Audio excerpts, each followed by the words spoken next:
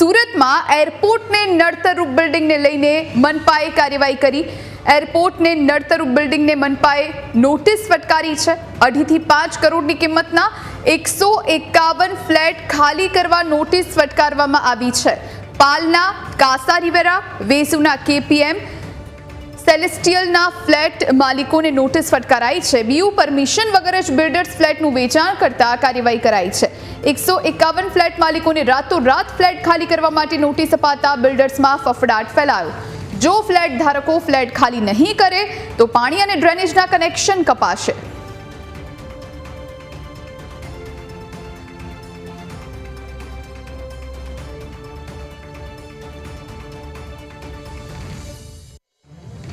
ઘટના બાદ હવે મહાનગરપાલિકાનું તંત્ર છે એક્શન મોડમાં આવ્યું છે। કાસા રિવેરા નામનું જે બિલ્ડિંગ છે પાલ વિસ્તારમાં તેમના સ્થાનિક રહીશોને નોટિસ આપવામાં આવી છે।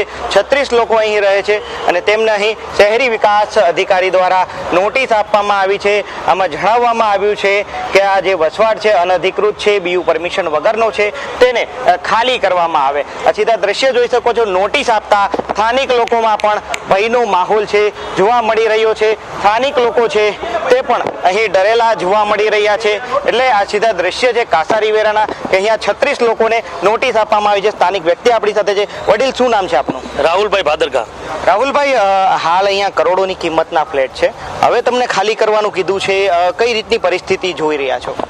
અમે ઓલરેડી અમારે ત્યાં તો ખબર જ નથી, 2 દિવસ પહેલા નોટિસ આવી અમારે ત્યાં ઘરે, એટલે અમે ઓલરેડી બધા ફ્લેટ હોલ્ડરો ભેગા થઈને બિલ્ડરને કહેવા જવાના છીએ કે આ છે શું છે। પણ એના કરતાંથી વિશેષ વાત એ છે કે ઓલરેડી મ્યુનિસિપાલિટી કમિશનર સાહેબે કે ગુજરાત ગવર્મેન્ટે આ પરવાનગી આપી છે, ત્યારબાદ અમારા દસ્તાવેજ થયા, ત્યારબાદ અમારી લોનો થઈ, ત્યારબાદ અમે રહેવા આવ્યા છીએ। આમાં તો બીજું કઈ ઇસ્યુ નથી। જો નડતરરૂપ હોતે તો એ ટાઈમે જ આની NOC ન આપતે ને અમને। એમ બીયુ પરમિશન નથી, બીયુ પરમિશન વગર જ તમને આ પ્લોટ ફાળવી દીધા છે। કાયદેસર બીયુ પરમિશન હોય પછી જ તમને ફ્લેટ આપવાના હોય છે, એ પહેલા જ બિલ્ડર આપી દીધા છે। શું કહેશો આમાં કોની મિલીભગત? મિલીભગતમાં તો એવું છે કે ઓલરેડી જ્યારે ફ્લેટોના ફર્નિચર ચાલતા હતા ત્યારે બીયુની કાર્યવાહી ચાલુ હતી, ત્યારબાદ એરપોર્ટ NOC નો કંઈક ઇસ્યુના લીધે બીયુ અટકી ગયું છે। અમને એવું કહેવામાં આવ્યું છે ઓલરેડી તમે રહેવા આવી જાઓ, તમારું બીયુ આવી જશે। એરપોર્ટ દ્વારા જેવો વાંધો ઉઠાવવામાં આવ્યો છે અને હવે તમને આ કરોડોના ફ્લેટ તમે અહીંયા લીધા છે અને હવે ખાલી કરવાની નોબત આવી છે, શું કહેશો? ના, હવે આગળ અમે તો લડત આપશું, ખાલી તો કરાય નહીં। આજે અમે રહેવા આવી ગયા છીએ તો ઘર વગરના તો થવાનો કોઈ મતલબ નથી ને। વડીલ, કેટલા લોકો અહીંયા રહે છે? હજી કેટલા ફ્લેટ ખાલી છે? 41 લોકો રહી છે ને 60-70 ફ્લેટ ખાલી છે। શું કહેશો આમાં કોની ચૂક રહી ગઈ? પાલિકાની, બિલ્ડરની કે પછી એરપોર્ટ ઓથોરિટી? ગવર્મેન્ટની ચૂક કહેવાય ને। ગવર્મેન્ટે પરમિશન જ ના આપવી જોઈએ ને। જ્યારે એરપોર્ટને નડતરરૂપ બિલ્ડિંગ હોય તો પરમિશન જ શું કામ આપી? બની ગયું બિલ્ડિંગ આખું, ત્યાં સુધી કોઈના ધ્યાનમાં ન આવ્યું તંત્રને। આજે વિમાન દુર્ઘટના ઘટી ત્યારે આ બધું ધ્યાનમાં આવે છે, તો ઓલરેડી પહેલેથી ધ્યાનમાં લીધું તો અમારા તો પૈસા બચતે। સુરતની સૌથી મોટી હાઈરાઈઝ છે અને એમાં આ પ્રકારનો પ્રશ્ન આવતો હોય તો હવે તમે ક્યાં જશો? ક્યાં? તમને તો ખાલી કરવાનું કહી દીધું, નહીં કરો તો નળ અને પાણીના કનેક્શન કાપી નાખશે એવી પણ વાત છે। હવે કેટલી મુશ્કેલી તમને પડશે? મુશ્કેલી તો પડશે જ, પણ એના માટે અમે બધા ભેગા થઈને બિલ્ડરને રજૂઆત કરશું અને ઉપર જરૂર પડે તો આગળ રજૂઆત કરવા જશું। ચોક્કસથી આજે કાસા રિવેરા છે, સીધા દ્રશ્ય જોઈ શકો છો કે આ કાસા રિવેરાના આજે ઉપર જે સૌથી મોટી સુરતની હાઈરાઈઝ આ કાસા રિવેરા છે અને આ કાસા રિવેરામાં હાલ 40 જેટલા લોકો રહે છે।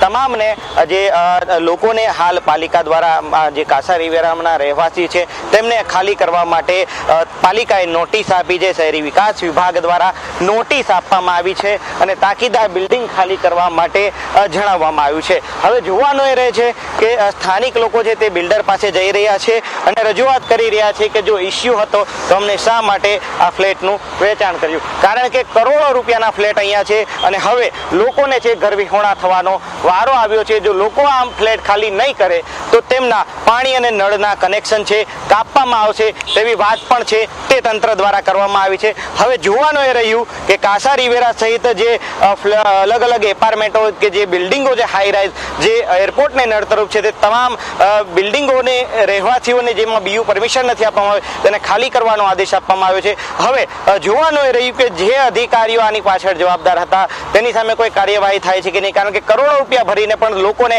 ઘર વિહોણા થવાનો વારો હવે આવ્યો છે। કેમેરા પર્સન KC વઘાસિયા સાથે મિત્ર પાપરા, ન્યૂઝ કેપિટલ, સુરત।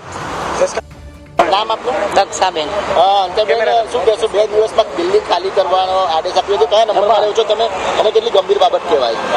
ગંભીર બાબત હશે, પણ હવે અમે તો લઈ લીધો છે, અમને શું ખબર, બરાબર ને? અને નોટિસ આવી છે પછી અમે તો 2 વર્ષથી રહીએ છીએ, તો આજ સુધી બધાને દેખાયું જ નહીં.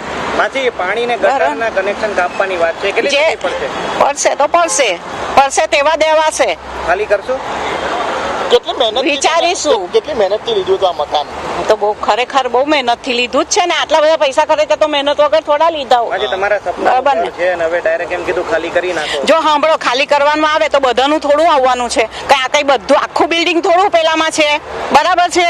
જેટલા માળ હશે એટલાને અમારે શું, અમારે તો બરાબર જ છે, અમે તો 802 માં રહીએ છીએ, અમારે કઈ ટેન્શન આજે પણ નથી. હાલ બિલ્ડિંગ ની પરમિશન નથી, બીયુ પરમિશન એટલે કે યુઝ કરવાની પરમિશન નથી, છતાં તમે રહેવા આવી ગયા છો. આ બિલ્ડરે આપ્યું છે. હા. હવે તમારે ખાલી કરવું પડશે, કારણ કે પરમિશન મળે પછી તો હવે કેટલી તકલીફ તમને પડશે. પણ અંદર તો એવું લખેલું પણ છે કે અત્યાર સુધી અમે પેપરમાં જે વાંચ્યું તો એમાં લખેલું જ છે કે પહેલા ઓથોરિટીએ આપી દીધી, એર ઓથોરિટીએ પરમિશન એનઓસી આપેલું છે, તો જ આ ડેવલપ થયું ને, તો ત્યાં અત્યાર સુધી ક્યાં બેઠેલા હતા?